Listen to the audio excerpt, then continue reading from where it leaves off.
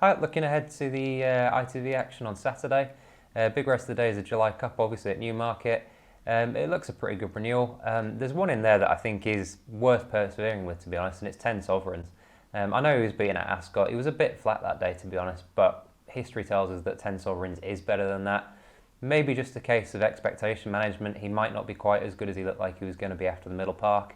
On the face of it, he does have a bit to find with advertise, but I think 6 furlongs at the July course is really going to suit Ten Sovereigns. At around the 8-1 mark, I think he's well worth another go. Moving across to York for 2 bets there. Starting in the John Smith's Cup with Stylehunter for John Gosden, a horse who, in these big handicaps, he just hasn't had things go his way. I still think he's capable of better still. 10 furlongs at York, I think he's going to absolutely suit him down to the ground. It's obviously competitive in nature, but I don't think there are many unexposed ones against him. And for me, Stylehunter still has a bigger performance in the locker. And finally, the third bet of the day, sticking at York, the Group 3 over 2 miles. Raheen House is definitely an interesting horse. Second start for William Haggas. He was beaten by one of today's rivals on his debut for William Haggas last time at York. Shaped well that day in second, travelled well for a long way. I don't think it's out of the question to see him reversing the form.